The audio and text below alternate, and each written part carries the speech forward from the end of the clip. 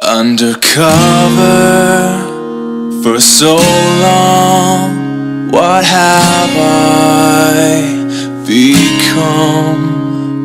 Empty, desolate, I waste away in the bitterness, in the broken dreams in which I always seek my identity that you stole from me.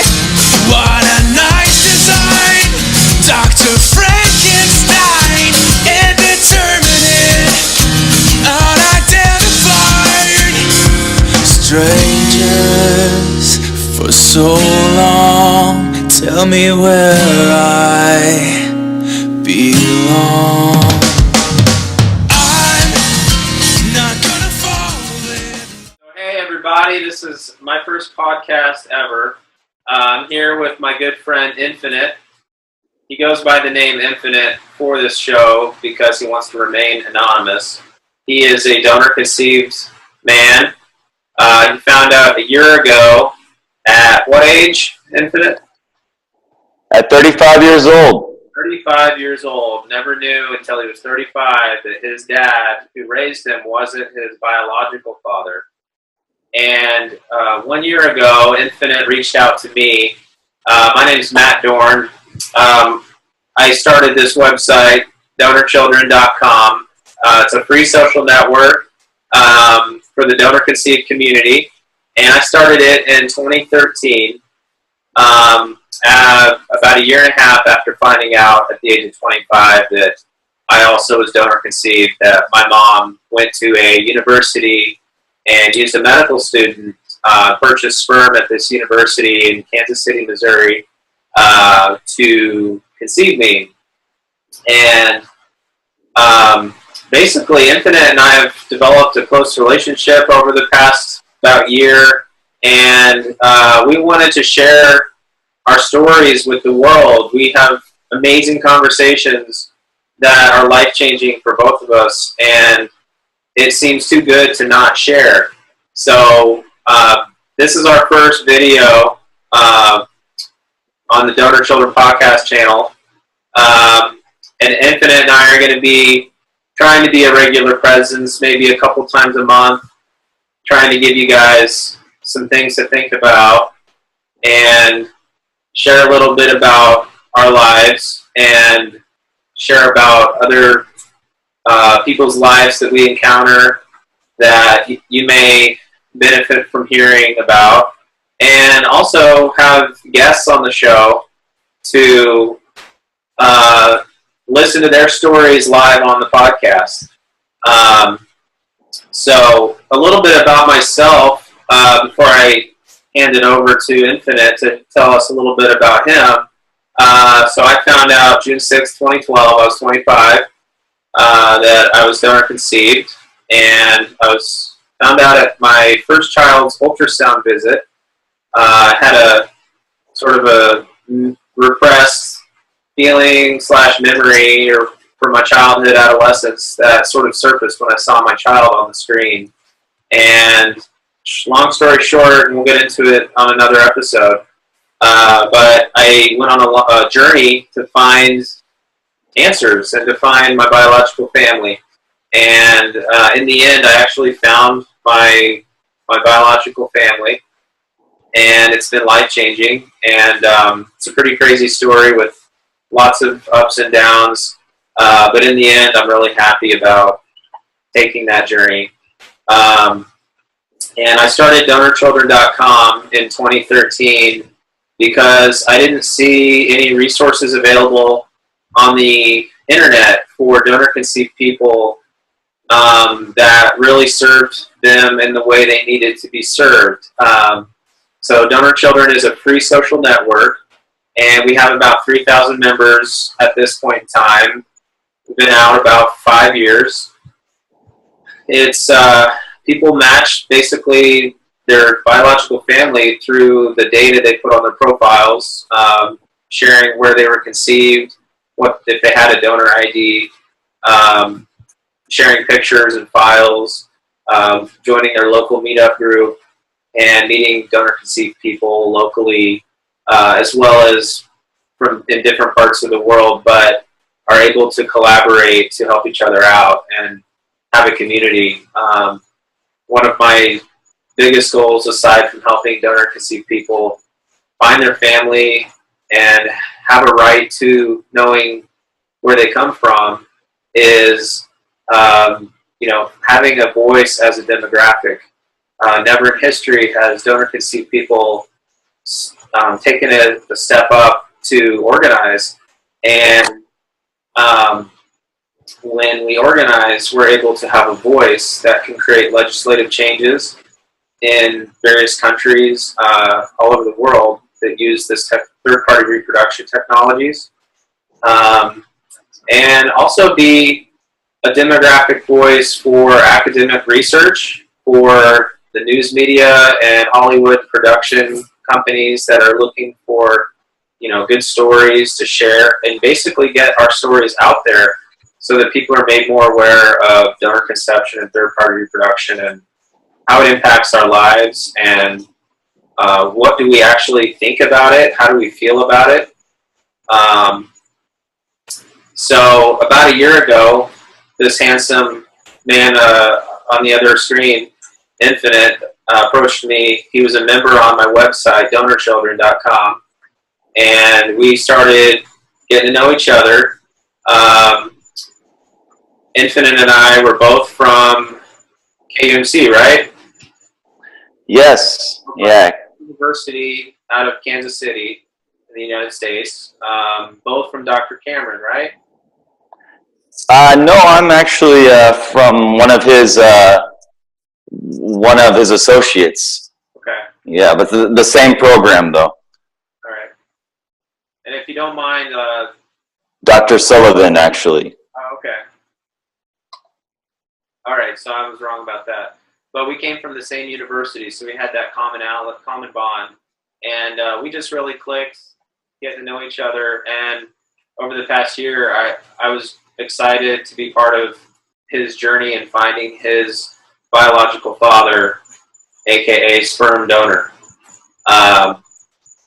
And I'm going to hand the baton off to Infinite a little bit for a moment to share a little bit what he wants to say about what he wants to do with this show, and a little bit about himself. Before I do that, I want to say this show is going to be about giving you all a voice. We want to interview people. We want to discuss topics that are related to donor-conceived people. And we want to share our own stories and help those out there seeking answers to have someone to identify with, to know that they are not alone. And we want to break the silence, because there's a very stark, silent,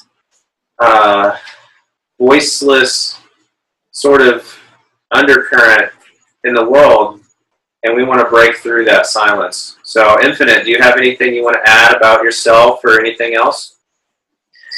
Yes, Matt, it's exactly like you said. There's certainly a vacuum and a void in donor-conceived people sharing their experiences. And to highlight that point, I had never met, I've lived for 35 years, and I'd never met a single person who had told me that they were donor-conceived. And the first place, I ended up having to do a Google search. And I came up with your website, and that was at least a starting point for me. Then from there, I was able to start getting some answers. And of course, I have to admit, Matt, that I didn't actually follow your steps right away. But once I did, I started getting somewhere. I don't know if it was that I was shy to pay the money to start testing right away. I think I just wanted to go the traditional routes of contacting the conception doctor. As you mentioned, yours was Dr. Cameron. My conception doctor was an associate of Dr. Cameron's, and under the same program, which was very popular in the 80s, actually. And his name was Dr. Sullivan. And of course, those routes didn't work, and I did end up following the routes that you suggested from the website of testing on some of the most popular databases. And then, Matt, I really want to thank you for helping me, because there is a whole psychological element to this, because you're going to be dealing with your parents and you're going to be dealing with people. I think the most surprising thing to me, Matt, of all, was the responses that I received from people. Because when I found this out, I immediately thought, Matt, that, wow, this is huge. This is big. Like, this is lightning striking. This is a huge awakening. And right away, when I went to share my story, it was immediately marginalized. The response was, it was a trivial matter. Oh, why does it matter? Your dad is your dad. Your dad's the one that raised you. This is a non-issue. So I think what we're doing here, having a forum and having and giving attention to the attention to this issue that it deserves, is really going to be huge going forward. Yeah, you were wanted. You have life. You should be thankful. All these things that kind of minimize what you're going through. And it's a journey that you can't really even explain, because you don't even understand it fully yourself until you walk through it. And so for other people who aren't even walking through it, for them to understand, it's hard to find people that have empathy and like emotional intelligence, I guess, or introspection, or enough philosophical thinking that they can sort of hear our stories and maybe identify with what we're saying and feeling. Yeah, and Matt, you talked about the 8-step process, the 8 stages of being donor conceived, and it really is. It starts with an awakening, sort of, and then from there you really are faced with the decision immediately. Is this something that you want to embrace? Right. Do you want to take the red pill, or do you want to take the blue pill?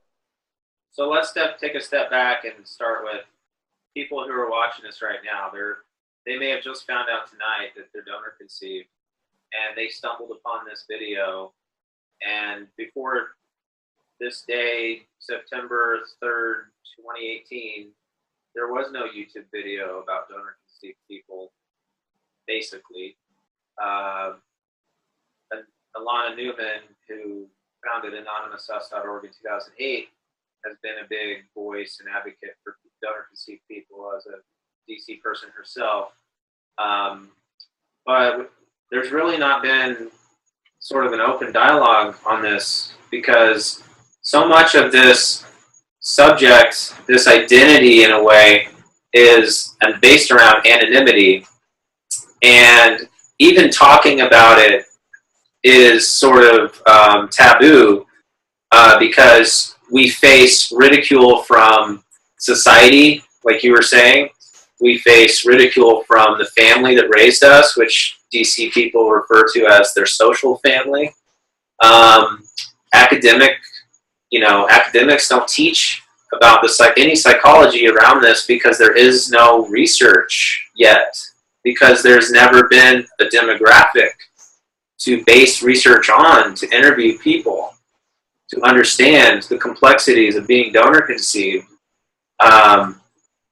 And we need to try to break some of those taboos. And I think you and I are going to put a dent in it with this new show, the Donor Children podcast.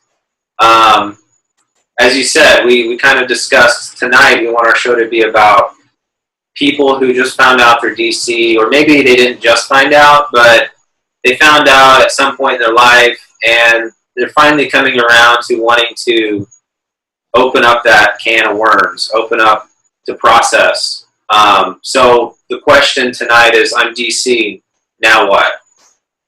So as you said, we came up with 8 stages of being donor conceived. The first stage being the awakening. So how would you describe Infinite your experience, finding out 1 year ago, like you're still a baby DC person in your journey. How would you describe your awakening? I'll share mine after you share yours. Well, as I described, man, it really was like a lightning strike. I immediately saw a door opening to a world that was much bigger than the world that I'd previously known. But at the same time, I think you can speak to this, Matt. It's something inside of us sort of always knew that this world existed. It's just now starting to become more clear to us. And then the irony of it is that immediately people start distorting that reality to us. Like immediately, I was given this great truth and this great awakening that, wow, Infinite, you're donor conceived. And then right after that, I was served a lie, and that lie was your brother is still your full brother. And this can happen on many levels. I think Matt, that we get this huge awakening, and then immediately that reality is distorted. Right, or maybe you questioned, is my brother my full-blooded brother, or we maybe half brothers from different men? And you were told by your parents, like with full confidence, that you were full brothers, but then that didn't sit right with you because you needed proof, right? Yeah, and it's not just that, Matt. It was I was told some story about the sperm being mixed, and I'm not the only one. I've heard this from some others. You know, they're trying to sort of let us down easy. They think that this is a way. So you're not really. It's not like bam, you're just hit with everything, and then everything's clear, and then you just start trying to come to terms with it. It's kind of just you're given a little window into this world, and then you got to decide where to go from there. It's kind of like a question, and that kind of brings us to what you've outlined here as the third step, which is like, what am I seeking? Because at first you got to decide, are you going to embrace it or not? Are you going to take the red pill or the blue pill? And then it's a question of, what do I really want to know? How am I going to be guided through this search, and what is it that I'm after? Well, let's go step by step. The first step was, as you said, the awakening. So for me, when I first found out, as I said, it was my first child's sonogram that brought up this repressed sort of feeling I'd had since I was probably 12 years old, of something that just didn't sit right with me. The story I was told being that my dad that raised me had testicular cancer as a child at 12 years old, and that he still had one testicle, so that they had fertility treatment. But when you're a child, you don't understand what fertility treatment means. And I didn't even understand it until I really learned more about it, being donor conceived. That it's not really fertility treatment. Because my dad that raised me, my social father, he's not fertile. So nothing that they did made him more fertile. What happened was my mom had two children with another man who was fertile. And in trying to fill their void of not being able to produce children together in their marriage, they produced two children that were half theirs. They were my mom. Were from my mom. But we were missing our other half, our paternal identity. And something spoke to me in my adolescence, and I would ask questions about my conception, because whenever my social dad told me the story, something just didn't sit right. And I always felt like something was unanswered. But I was a pretty good son, kid, and, you know, overall, good grades, athlete, best guy to take home to mom and dad, high school superlative. You know, that's what my sister got too. She and I are both donor conceived from the same father. We have the same biological father. long story short. And so, you know, you don't really challenge what they're saying. But when I became a full-grown adult, 25 years old, having my own child, something deep in me resonated, and I asked the question with assertiveness. I asked assertively, is there something you're not telling me? I feel like you've always left something out of that story. And he told me the truth at that point in time on my balcony at my apartment. And I describe it as an out-of-body experience because it's not the kind of thing you ever expected to happen to you. And I felt like I was seeing myself outside of my being, my body. But then my first question was, so do you know who he is? Do you know anything about him? Meaning my biological father. And my social dad said, no, he was anonymous, so there are no records that identify him. And the next thing he said was, don't tell I said, does my sister know? He said, no, don't tell her. I said, well, and being that good son person, I didn't say, you know, well, F you, you know, this isn't my secret. You know, after finding out some crazy news, now you're putting your lie on me as if it was my burden to carry. I said, I'll give you 6 months till Thanksgiving. So they waited till Thanksgiving Day to tell my sister. And so that was my awakening, was sort of a natural, intuitive, I sensed something was off in my life. I had a lot of identity struggles and issues, especially in college and outside of college. I became an aerospace engineer. I didn't really know why I did engineering, but I always liked airplanes, and I surprised myself with my ability to do the heavy course load. And but I always struggled, like, I didn't know why I was the way I was. I didn't know why I looked the way I look in the mirror. So my awakening really started in my adolescence. You know, why does my facial hair not look like my dad's growing up? You know, the locker room moments with him and his brother and his dad, who was, I thought, my grandpa. You know, they're naked at the YMCA in a steam room, and I'm looking at their man parts, and they don't look like my man parts. So something was off, and my little 12-year-old brain literally thought something's off, but I didn't know what to make of it. So my awakening was more or less an explanation of all those feelings I had growing up, all those questions I had already had. For some people, it may not be that clear. It may be a complete surprise. For me, it made everything in my life make sense all in one moment. So that's my awakening. Do you want to go on to the next stage 2? Or is there anything you wanted to add to the awakening? Yeah, I just want to add too that it kind of brought a lot of clarity to my life. If I had just heard that I was DC and dealt with it internally, I would say that it was quite an awakening, and it was very enlightening. It was when I started interacting with other people that became distorted. But for me, I totally agree with you that I'd always sensed something intuitively. And my story, it's a bit funny that Weird Al Yankovic had a parody of Tiffany's song where he said, I think I'm a clone now, and he had a song about being a test tube baby.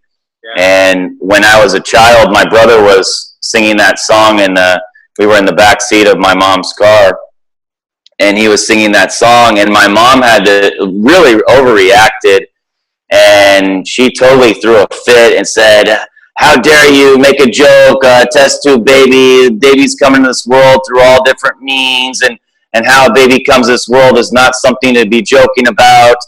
And she just flipped out, and I never forgot that. And I must have only been about 8 years old at the time.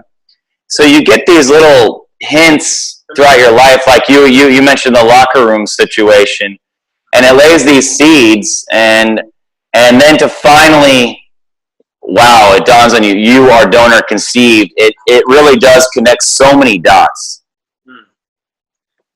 Yeah, and to hear how like those flashbulb memories impacted you and they stuck with you. And same for me, I had flashbulb memories, and a lot of mine were internal, not even external. Like yours with your mom was external. She reacted to a joke, and you were like, man, Mom, like that's pretty intense reaction. But for me, it was more, there were some of those memories, like his emotions when he told the story about my conception. But most of my memories were my own introspective feelings and thinkings. And I identified with movies like Star Wars, Luke, I am your father, and then him having to tell his sister, that even resonated more with me later when that was actually me. I found out that my father was essentially Darth Vader, and in real life, my real dad is kind of a Darth Vader, kind of a villain, but there's good in him.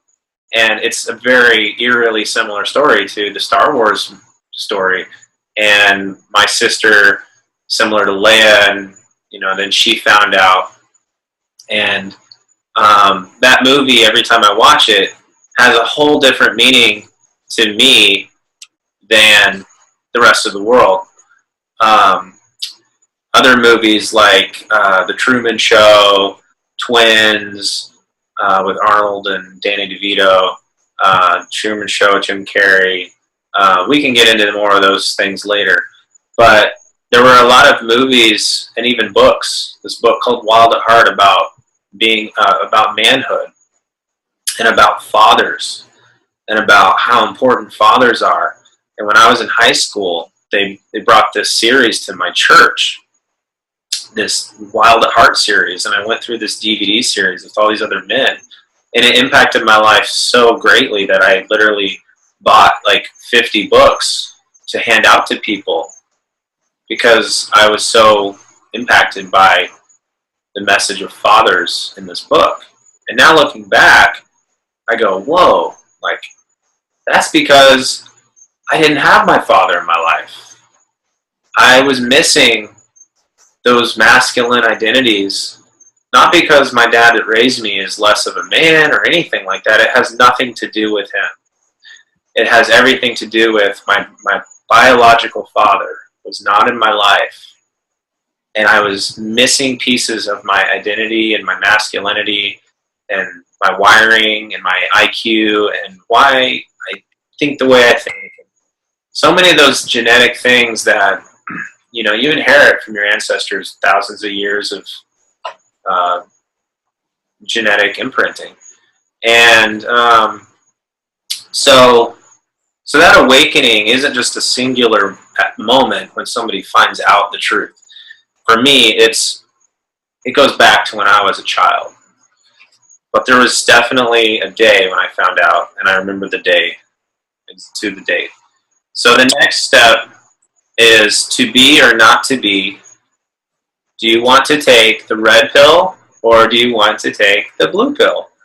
So another movie that I've always identified with, I think it's partially because I'm donor conceived and have had all these deep thoughts, identity issues and stuff, is the idea that, if you haven't seen The Matrix, it's a great movie, released in 1999 with Keanu Reeves. And basically, he lives in this made-up world that's a program that has all the trappings of the world, all the comforts, but also, he works in a cubicle. But he always sensed that there was more to life than this system, this matrix. And he was given the chance to know the truth or to stay in the matrix, which was a fictitious world. And so he had to choose the red pill or the blue pill. So he chose the red pill, and you'll have to watch the rest of the series to enjoy that trilogy. But as a donor conceived person, after you have your awakening, the next step is to decide, do you want to know the truth or do you want to stay in the matrix? Do you want to stay ignorant to your biological ties, your biological family, to what that could open, that doors that could open that within yourself as a human being, unlocking those parts of who you are as a person. Is it worth taking those risks to try to see what comes of it? Or do you want to stay where you're at in blissful ignorance? I want to read what the Wikipedia is for the Matrix, which was pretty great wording. It said, the red pill represented an uncertain future. It would be free from him enslaving control of the machine. Let's see, that's not what I read earlier. The red pill represents knowledge, freedom, uncertainty, and the brutal truths of reality. The blue pill represents security, happiness, beauty, and the blissful ignorance of illusion. Two very polar opposite things: freedom, security, uncertainty, ignorance, illusion, knowledge, blindness, reality, lies, illusion. So some people, like my sister, when she first found out, she said to me, I don't want this to affect my identity or my life. And when she first found out, that was what she said. As she's gone through her journey, she's actually come a full circle since I found our family, our biological family. And she's been very open to it now. And she's actually speaking around the world about donor conception now, almost as an activist. So somebody's initial awakening may produce a unique blue pill, red pill response. Yeah. I'm almost even thinking of Adam and Eve. You know, it's like you can eat from the tree of knowledge, you know, or you can kind of just live in this everlasting bliss. Right. And that's the way it's presented to us by our parents, that our social parents, is that, well, you know, if you just look, we've created this reality for you. If you just stay in this reality, everything will be fine, and you'll live in everlasting bliss.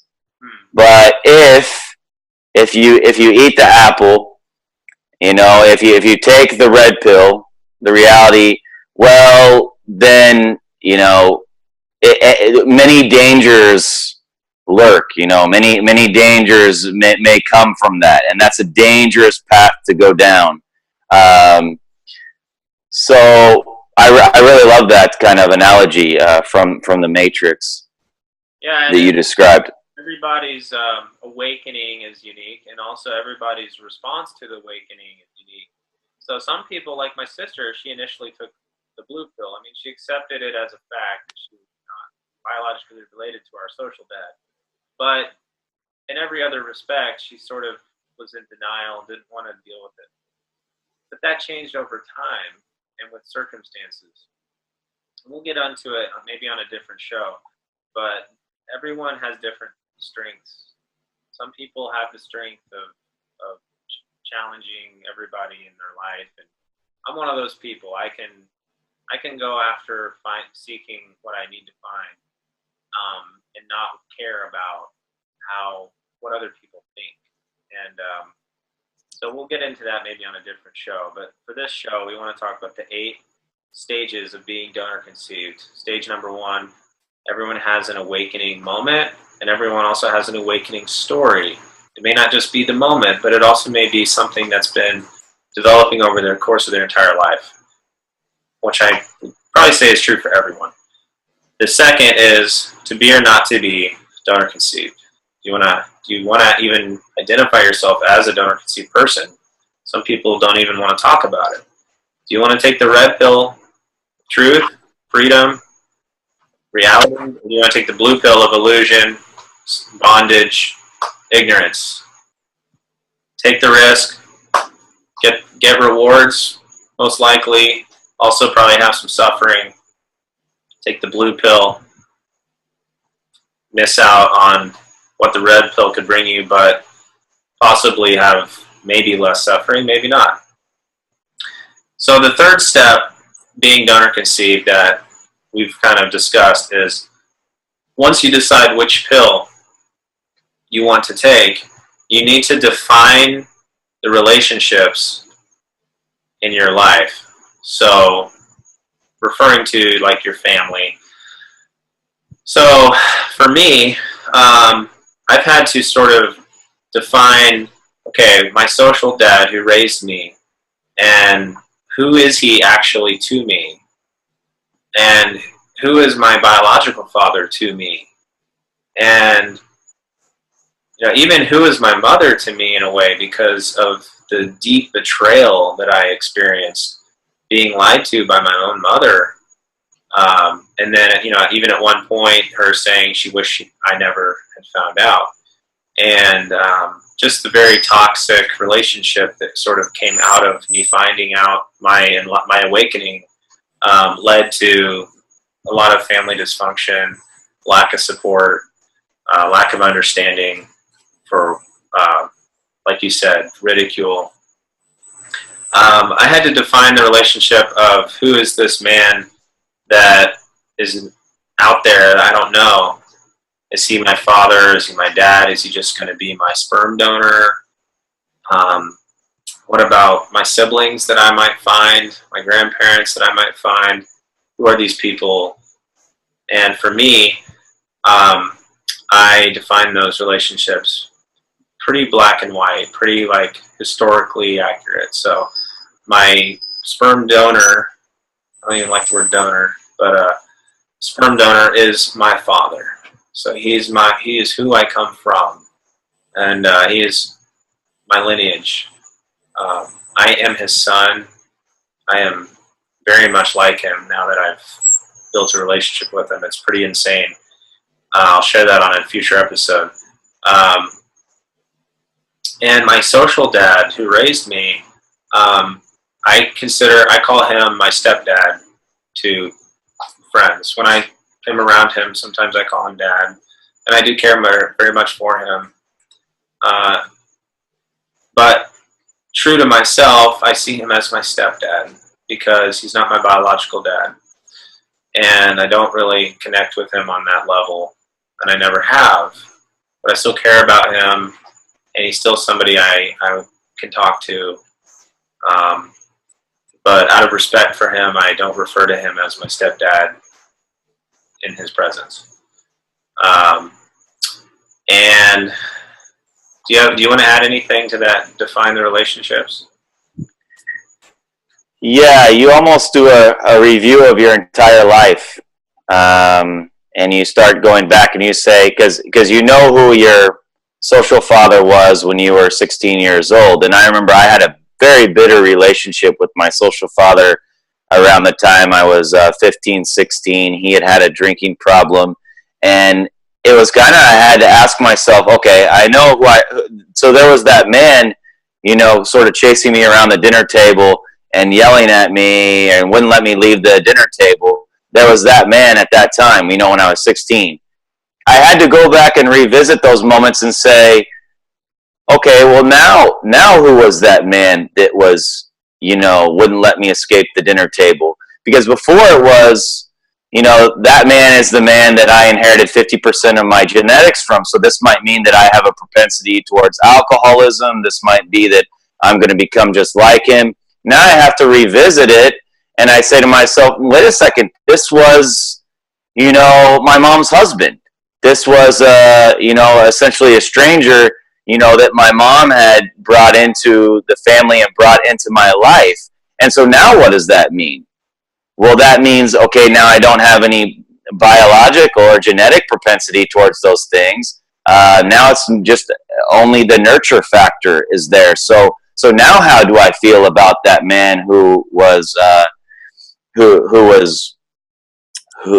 had such an influence and impact over my life at that time? Does it now lessen that impact? Do I now feel less pain from that experience? Do I now feel more pain from that experience because I felt biologically like that now I've been lied to and I was biologically tied to him when I shouldn't have been? So will that create some sort of resentment towards my mom? Will that create more resentment towards him? So I almost describe it as a total review of your life and what did this thing mean? What did this point in my life mean? Now, it could even be in a positive way. The love that my social father showed me, and the fact that he coached my sports team when I was growing up. He helped out with the baseball team. What does that mean? That he went to that extra, that he did all those things for someone who was not his biological son. Can I give him the same credit and esteem that you would give a stepfather? Because we hear this in popular media, stepfathers who did step up to the plate and did step into a situation and took care of children who weren't theirs. They're honored and celebrated in popular media. There's that, I think of Shaquille O'Neal had that song, I think when I was around the age of 12, it was about his stepfather, and it was about Phil is my father because my biological wouldn't bother. That was how the hook went on that song, and he's honoring his stepfather for being there for him when his real father was never there for him, and what a great man his stepfather was. And this was the kind of feedback that I was receiving from people when I told them about being donor conceived. But I feel they're missing a very important point there. I didn't have that knowledge that he was actually a stepfather. I was under the impression that he was my biological father, so I was already affording to him an even higher respect, like an honor of being my biological father and my lineage. So how do you reconcile that, Matt? I mean, this really is a tough. How do you untangle and unpack all of that? Well, I think one thing I want to say before I say what I want to say is a lot of people who lack empathy for donor conceived people will accuse us of being victim mindsets. We're playing the victim. I will say I feel like I have been a victim of a lot of things, but that's not why I'm here making a video. I'm here making a video because there's real valid experiences, psychology, identity, real heavy stuff that needs to be discussed. And so first I want to say all your feelings that you've had, confusion, is all valid. And just because somebody says that, they just don't understand. They're living in the matrix. They have the blue pill. They're ignorant. They don't understand. Now, some people are red pill people, and they're open to hearing other people have emotional intelligence, have empathy. So you'll come across both. I find a lot of frustrating experiences like that too. I think that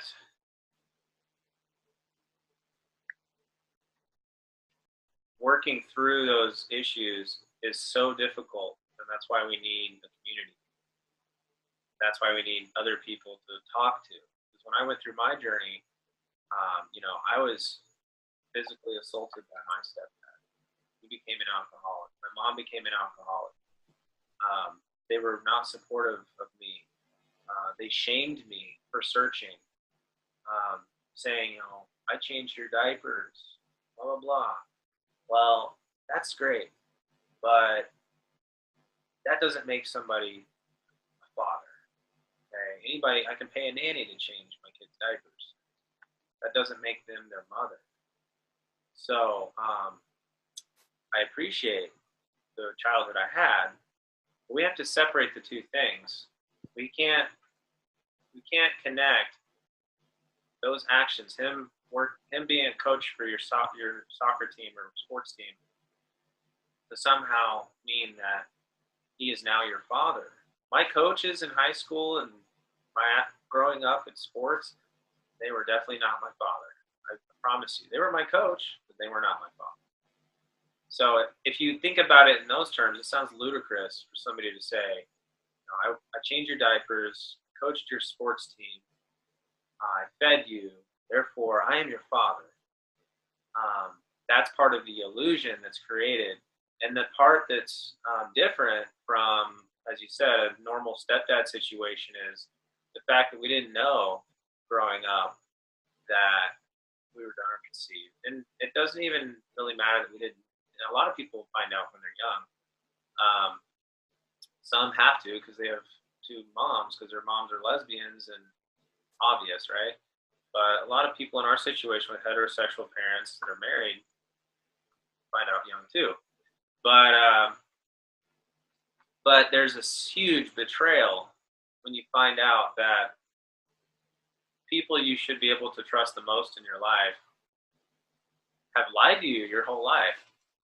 There's also another feeling of exploitation, or objectification, because money was exchanged for our existence to come into being. Our conceptions were profited on by doctors and clinics.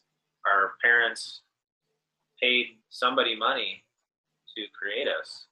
In every other aspect of the world, that would be considered human trafficking in our modern era, where people are exploited and money is being exchanged and profit being made. That is human trafficking. I believe that one day there will be an awareness that it is donor conception is human trafficking. At this point in time, I think it's going to take a while for people to understand donor conception more, and for more donor conceived people to speak out and share their stories. But there's that betrayal, and there's all the dysfunction that comes out of finding out your awakening. And then how you decide to handle your awakening, the red or the blue pill, has a huge impact on the reaction you get from your social family. So these really do have a very clear path. So the awakening, the to be or not to be donor conceived, take the red pill or take the blue pill. How you define your relationships.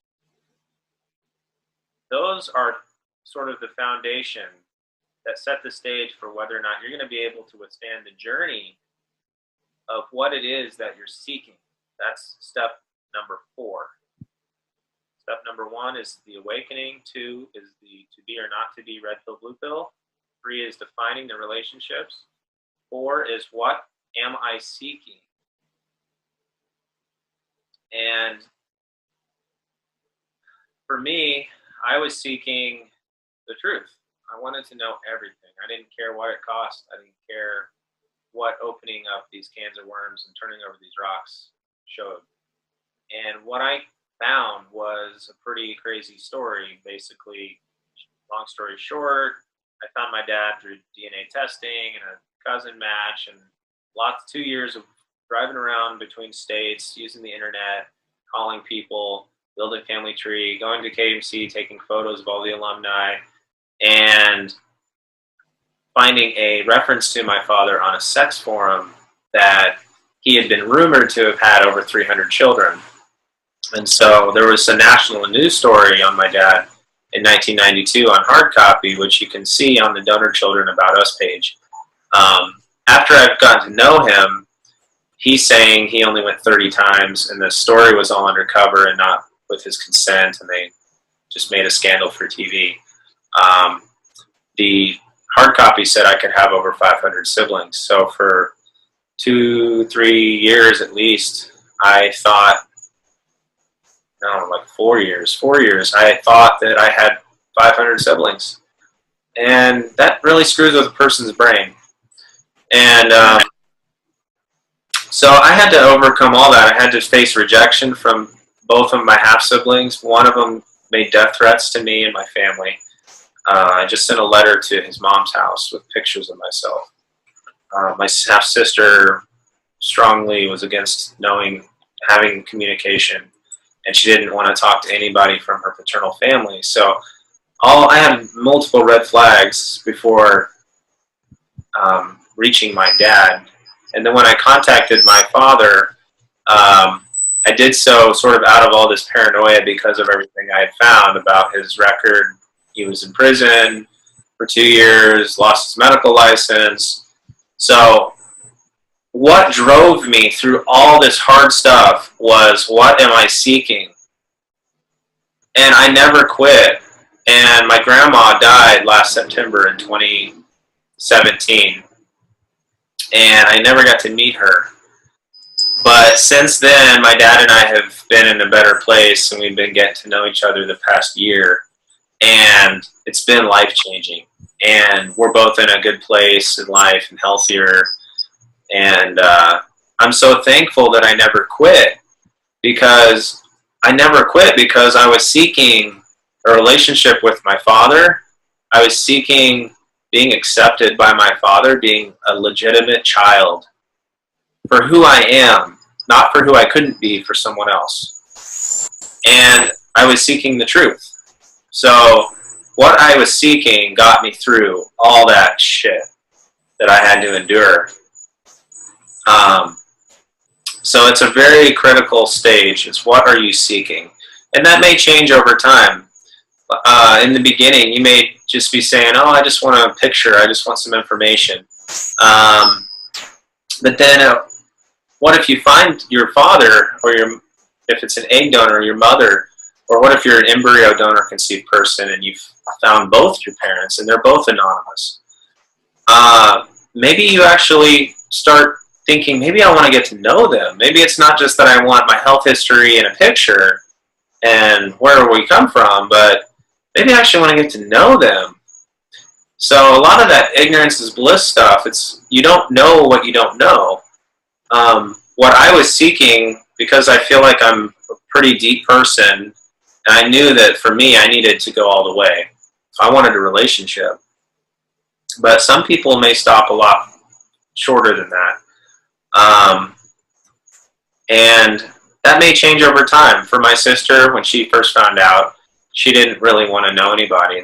And then when I started finding paternal family, and then I found our dad, she got mad at me. She's like, why didn't you tell me? Well, you told me not to tell you if I found family.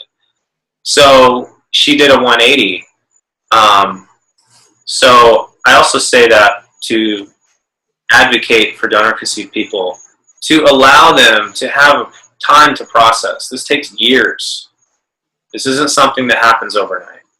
And so for people to say, well, I met a donor conceived person once and they said they didn't care. Well, that may not be true. Maybe they said that because in that moment in time, they were telling themselves to not care because they didn't have a good reason to seek. Maybe they wanted the blue pill. Maybe they didn't want to take the red pill yet. Maybe they were afraid of what would happen if they redefined their relationships to their new donor-conceived reality, this new information. So people react to those first 4 stages differently, which leads them to their own conclusions, but they may change over time. Similar for a donor, a person who sells their sperm or eggs or embryos, and a lot of the people on my website on DonorChildren have said they wanted to be known, but the clinics coerce them to be anonymous. And a lot of people too, also that I know, who have found their paternal parents, their parents, their biological parents. So far, I've only got to know people personally who've found their fathers. I haven't really worked with many egg donor situations personally, but I found that most of those situations, the father wants to know the kid, and walking the line, trying to figure out what that means, takes time too. I got to be part of your journey, Infinite, which was pretty amazing. Just like a month or 2 ago, you happened to be visiting the area where your biological father lived, and you and I had been working with your cousins to help you find your father, and we were getting close. We narrowed it down to 6 men, and then your ancestry DNA results came back, and he was on there. So within 2 days of DNA testing directly with your biological father, you were eating dinner with him. That's crazy, because I found my father in 2014, I think, and I still haven't met him because it took me 4 years to process, to get through the first 4 stages, you know, and for him too to be in a good place to finally connect. And I'm hoping to go meet him in the next month or 2. And I know time is sensitive, and we may have to make this into 2 videos if you need to go. But would you like to comment on any of that, or do you want to go on to the next step 5? Yeah, I'd like to comment. I see it a bit as a scale. You know, if you're a person who's donor conceived and you don't even know that you're donor conceived, and you think that a different man is your biological father, I see you in negative numbers. Coming into the realization that you're donor conceived, I think that kind of puts you at 0. You're kind of starting at 0. Then you want to know your name. I was so eager to know the name. What is his name? And just the realization that I don't even know my father's name. Now, I had friends growing up who didn't have any relationship with their fathers. They didn't know them, or their dad was a deadbeat. You know, these stories are everywhere. But I don't even know his name. Like, that to me was a shocking realization. That means I have no lineage. And so that I see that as like being at 0. Then you learn his name. Okay, well, now you're at 1. You know, then you might email him. Well, now you're at like a 2 or a 3. So I was progressing forward, you know, and thanks for your help on this as I was testing and I met the cousin and moving forward. And then I did get to the point where I was very fortunate, and I did meet my father. But I do want to make the point that now people ask me, well, are you happy now? You know, am I happy now? And my reply to them on that is that I'm a bit of an existentialist, and I don't see this really in the context of happy or sad. Like, yeah, it would make me happy to be told that if my dad was Santa Claus, that would make me happy, you know, because he'd be this famous guy in the North Pole who's going to give me a lot of presents at Christmas time. That would make me so happy. So, you know, I could just be told that my dad's Santa Claus. But that doesn't matter what makes me happy. What's important is to be told the truth. So I don't really describe it so much as a thing that made me happy. I describe it as a thing that was very important to know. And it was vital for me to know this information. And so when I think about what was I seeking, I was seeking the knowledge of important and essential information to who I am and my historical past. And if you don't know where you come from, I believe that you don't know where you're headed. So that's how it, and yeah, we probably will have to break this then up into 2 or 3 or 4 conversations, but this has been a great starting point for me, Matt, and I really appreciate this relationship that we've developed, and I look forward to even probably bringing on other people to share their stories of what they've gone through, either donating or being donor conceived and so on. Cool. Well, do you want to go on to the next step, or would you want to start that on the next show? What do you want to do? Well, let's go ahead and start it on the next show. I think this might be a good point to stop at for today. Well, before we just close this show out, I just want to give people something to consider. That, you know, put your DNA on Ancestry.com, 23andme.com, 23andme, FamilyTreeDNA.com, JedMatch.org. It's a free site. Put your DNA on all 3 of those sites. Join DonorChildren.com. Make a group for your donor ID if you have one, for your university, for your doctor. If they don't exist, join them if they do. Start connecting to people. You're not alone. This show is not just about deep philosophical thinking and existentialism and, you know, going into our lives and stories, and it's going to be a lot of that. But it's also going to be practical stuff, too, to help you find your family, and also giving people a chance to speak, like Infinite said. If you want to reach me, I'm at DonorChildren.com. My email is DonorChildren@gmail.com. And Infinite can be contacted through DonorChildren.com. That's his username, @Infinite. And we just want to thank you guys for being part of our first podcast, first donor conceived podcast in history. We look forward to just more conversation. We hope you guys got something out of this. Feel free to post your comments. We'll try to reply to them, and we'll get back to you in a couple weeks. And hope you guys hang in there. Just know you're not alone. So we'll sign off with that. Thanks, guys. Strangers for so long, tell me where I belong.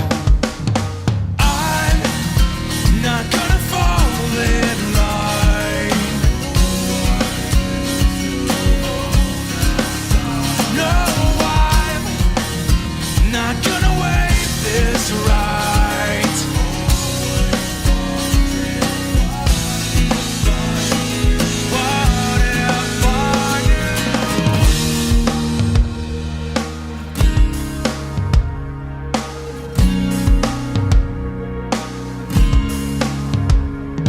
Tried to let it go, but it numbs me not to know. Yeah, it numbs me.